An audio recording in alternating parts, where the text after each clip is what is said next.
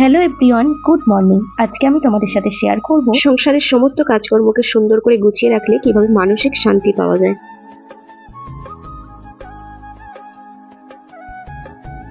Hello everyone, good morning. Welcome back to my channel Rupa Rokomari. Hooghly জেলার এই ছোট্ট গ্রামটা থেকে তোমাদেরকে অনেক ভালোবাসা জানিয়ে শুরু করলাম আজকের এই ব্লগটি। আজকে হচ্ছে শনিবার, এখন ঘড়িতে বাজে পুরো 9:30। ঘুম থেকে উঠেছি অনেকক্ষণ হয়ে গেল।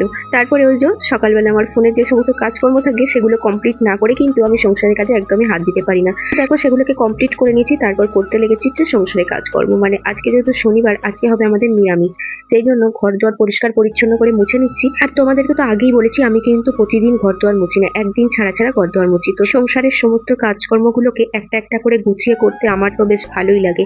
তারপর চলে এলাম এই ঘরে, এবার এই ঘরটা মুছে নেবো। প্রতিদিন সকালবেলা ঘুম থেকে ওঠার পর বিছানার মধ্যে একটুখানি বসে একটুখানি যদি ভাবনা চিন্তা করে নেওয়া যায় যে কোন কাজটা কখন করব, কোনটা ফার্স্ট করব, তারপর সেখানে করব, কোনটা কিভাবে করলে সুবিধা হবে, এইসব জিনিসগুলো মাথার মধ্যে একটুখানি গুছিয়ে নিলেই কিন্তু তাহলে সমস্ত কাজকর্ম ঠিকঠাক করে গুছিয়ে গুছিয়ে করতে পারবো।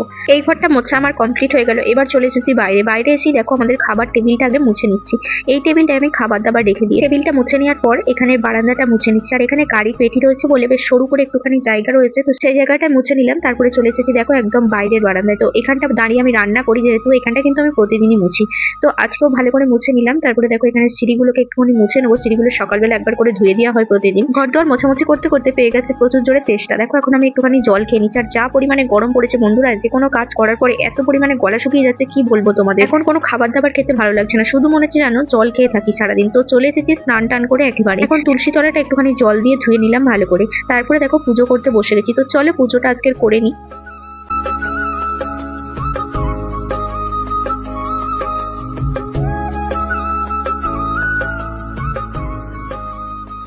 এখানে পুজো করা আমার হয়ে গেছে। এবার দেখো এই ধূপটাকে একটু ঘরগুলোতে দেখিয়ে নিয়ে বারান্দায় দেখিয়ে নিই, তারপরে তুলসী তলায় গিয়ে দিয়ে আসবো। আমি কিন্তু প্রতিদিন একরকম রুটিনে চলতে পারি না, এক এক দিন এক এক রকম হয়ে যায় কাজের ধরনটা। সবকিছুই কিন্তু ঠিকঠাক থাকে, প্রতিদিন কাজের ধরনগুলো আর টাইমগুলো একটু চেঞ্জ হয়ে যায়। তো দেখো স্নান টান করে এসে পুজো করে নিলাম। এবার আমি চুলটাকে ভালো করে ছাড়িয়ে নিচ্ছি, তারপরে একটুখানি সিঁদুর টিপ পরে নেবো, তারপরে চলে যাবো রান্না বান্না করতে। আজকে কিন্তু এরকম ভাবেই মাথার মধ্যে সাজিয়েছিলাম যে আজকে এইগুলো করে তারপরে রান্না করব। তো প্রতিদিন কিন্তু একরকম হয় না, যেদিন যেমন হয় ঠিক সেই দিন তেমনই করি। তো এক একদিন করি কি আগে রান্না বান্না কমপ্লিট করে নিই, তারপরে স্নান করে এসে পুজো করি। আবার এক একদিন সমস্ত কাজকর্ম কমপ্লিট করে তারপরে স্নান করে পুজো করে তারপরে রান্না বান্না করি। তো চলো এখন আমি একদম রান্না বান্না করার জন্য রেডি। চলে এসেছি দেখো রান্নার জায়গায়। তো বাসনগুলোকে একটুখানি ধুয়ে রেখেছিলাম, সেগুলোকে ঘরের মধ্যে ঢুকিয়ে দিলাম। তারপরে দেখো গ্যাসের ওভেনটা বসিয়ে নিচ্ছি। এখানে কিছু বাসন দেওয়া ছিল নিচেতে উপর করে, তো সেগুলোকে একটুখানি গুছিয়ে তুলে রেখে এলাম। এবার আমি রান্নাটা বসিয়ে দিলাম, কড়াই বসিয়ে দিচ্ছি। কড়াইয়ের মধ্যে একটুখানি তেল দিয়েছি, তাতে 5 ফোড়ন দিয়ে দিলাম। আজকে বানাবো হচ্ছে আলু পোস্ত। যেহেতু আজকে শনিবার তাই নিরামিষ খাওয়া দাওয়া হবে, আর যেহেতু আমি আর মাম্মাম খাবো সেই জন্য আমাদের জন্য আর বেশি কিছু রান্না করব না।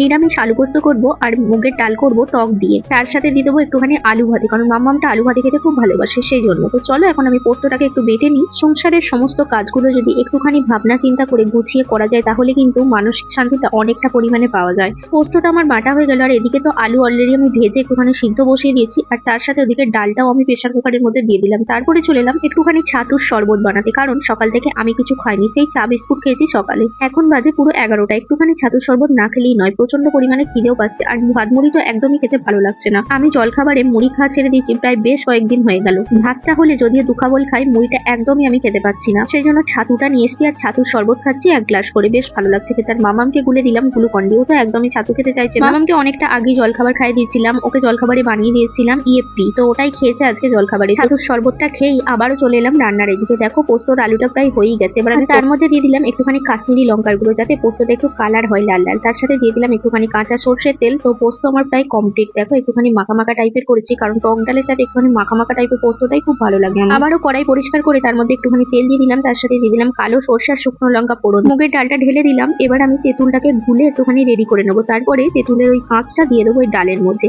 একটুখানি হলুদ নুন আর একটুখানি মিষ্টি দিয়ে দেবো, ব্যাস। তারপরে একটুখানি ফুটিয়ে নামিয়ে নেবো, তাহলেই আমার মুগের ডাল টক দিয়ে হয়ে যাবে। টক ডাল কিন্তু মুসুর ডালই বেশি ভালো লাগে, বাট আজকে যেহেতু শনিবার মুসুর ডাল করবো না বলে আমি মুগের ডালই টক দিয়ে করলাম। তারপরে চলে এলাম দেখো ঘরে। এখন মামামকে স্নান করিয়ে দিয়েছি, মামাকে এখন একটুখানি টিপ পরিয়ে দিচ্ছি আর একটু পাউডার মাখিয়ে দেবো। আজকে তো আমি আগে স্নান করে নিয়েছিলাম, নাহলে প্রতিদিন রান্না বান্না কমপ্লিট করে তারপরে মামামকে স্নান করিয়ে আমি স্নান করি। আর আজকে স্নান করে নিয়েছি বলে ওকে কিন্তু আমি রান্না বান্না করতে করতে স্নানটা করিয়ে দিলাম।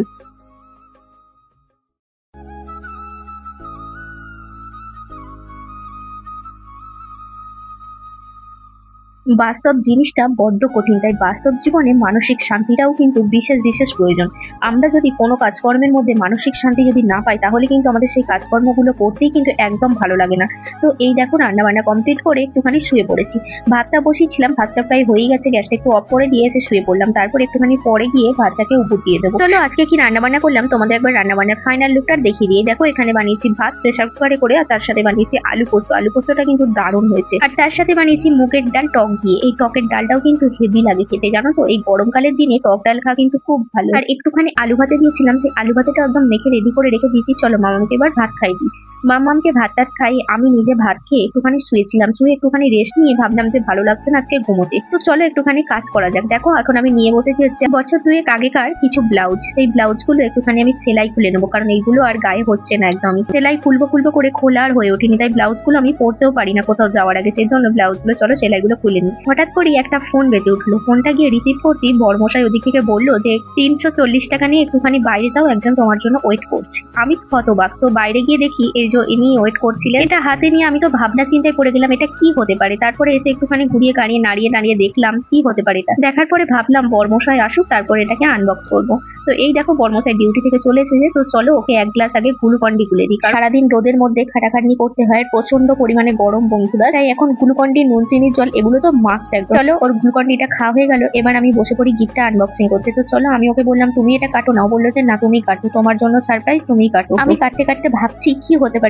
ওকে বারবার জিজ্ঞাসা করছি মেয়ের থিম আছে, বলছেন দেখোই না কেটে। তো এই দেখো একদম কাটা হয়ে গেছে। তারপর খুলে দেখছি একটা হেডফোন ব্লুটুথ। এটার জন্য আমি বেশ কয়েকদিন ধরে ওর কাছে বায়না করছিলাম। এর আগে আমি নিজেও দেখেছিলাম, বাট আমার কিন্তু পছন্দ হচ্ছিল না। যাই হোক ও আমার কথাটা শুনে নিয়ে যে কথাটা রেখেছে, এটাই অনেক ভালো লাগলো। এটা আমার খুব দরকার ছিল, ভীষণ প্রয়োজনীয় জিনিস একটা।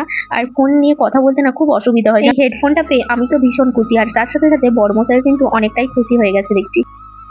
হ্যালো বন্ধুরা, গুড ইভিনিং সবাইকে। দেখো একটুখানি রেডি হয়ে গেছি। তো ও তো ডিউটি থেকে আসার পরে তোমরা দেখতেই পেলে ওকে এনার্জি ড্রিঙ্ক দিয়ে দিয়েছিলাম গ্লুকন্ডি। তো সেটা খেয়ে একটুখানি ও রেস্ট নিচ্ছিল। তারপরে হচ্ছে ওকে মুড়ি দিলাম, মুড়ি টুড়ি খেয়ে চা করলাম, চা খেয়ে আমরা মুড়ি খেলাম।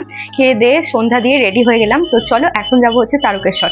তো আজকে তো শনিবার, আমরা যে মন্দিরটা যাই আর কি শনিবার করে, সেই মন্দিরটা যাওয়া হয়নি। তো চলো আজকে সেই মন্দিরটায় যাবো, সেই জন্য রেডি হয়ে গেছি, ধূপবাতি দেবো। তো চলো সাথে থাকো, দেখতে থাকো। চলে এলাম বড় ঠাকুরের মন্দির। আর এই মন্দিরটায় কিছুদিন আগে আমরা প্রায় দিন করে আসতাম, এখন অনেক দিনই প্রায় আসা হয় না। তো ওর শনিবার দিন হয় ডিউটি থাকে, নয় সময় হয়ে ওঠে না, এরকমই হয় আর কি। আজকে যেহেতু ও বাড়িতে আছে বিকেলবেলা, তাই বললাম চলো তাহলে একটু ধূপবাতি দিয়ে আসি। তাই দেখো চলে এসেছি ধূপবাতি দিতে। তো এখানে রয়েছে প্রচুর ভিড়, যেহেতু আজকে শনিবার, সবাই যে যার মতো ঠাকুরকে পুজো দিচ্ছে। তো আমি একটুখানি ধূপবাতি দেখিয়ে দিলাম। এই মন্দিরটা পরে তারকেশ্বরের মন্দির।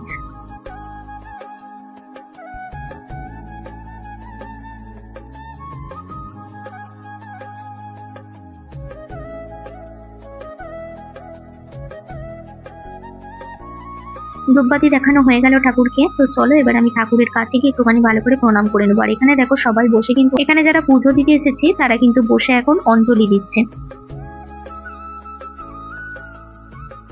এইটা হলো পিপিআর এর রাস্তাটা, এইটা দিয়ে একটুখানি গিয়ে কিন্তু তারকেশ্বরের রাস্তায় উঠে যাচ্ছে। তো চলো এখন আমরা এখান থেকে সোজা চলে যাবো একটা ওয়াল পিকচারের দোকানে। দেখো চলে এসেছি এই দোকানটায়, আর এখানে নানা ধরনের ওয়াল পিকচার দেখছি। ভীষণ সুন্দর ওয়াল পিকচার রয়েছে, খুব সুন্দর।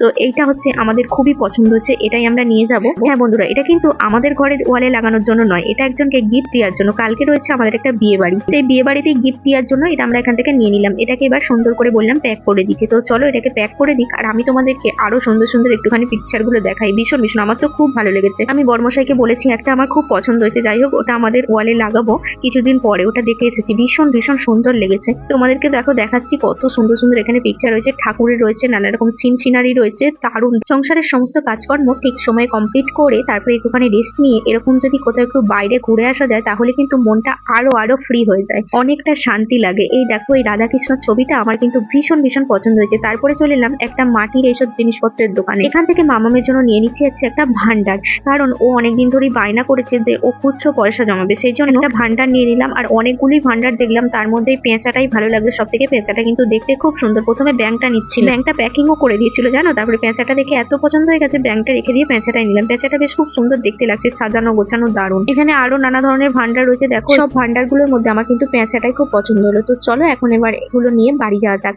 বাড়িতে এসেই দেখো মামামের অবস্থা। মামাম কিন্তু ওই পেঁচা নিয়ে বসে গেছে, ওর যত যত খুচরো পয়সা ছিল সব এর মধ্যে পোড়া হয়ে গেছে অলরেডি। করে নিয়ে দেখো কোলের মধ্যে নিয়ে বসে আছে, ওরও ভীষণ পছন্দ হয়েছে এটাকে। তো চলো এখন এবার রাত্রে ডিনারটা বানিয়ে চলে এসেছি ডিনার করতে। আজকে যেহেতু শনিবার রাত্রের দিকে ভাত করিনি, দেখো বানিয়েছি হচ্ছে পরোটা, কারণ মামামু বায়না ধরেছিল যে ও পরোটা খাবে। তো চলো পরোটা আর আলুর তরকারি, তার সাথে রয়েছে হাল শালের মিষ্টি। আমরা তো ডিনারটা করে নিয়ে তার আগে তোমরা চ্যানেলটা লাইক, কমেন্ট, শেয়ার আর সাবস্ক্রাইব করে দিও। টাটা।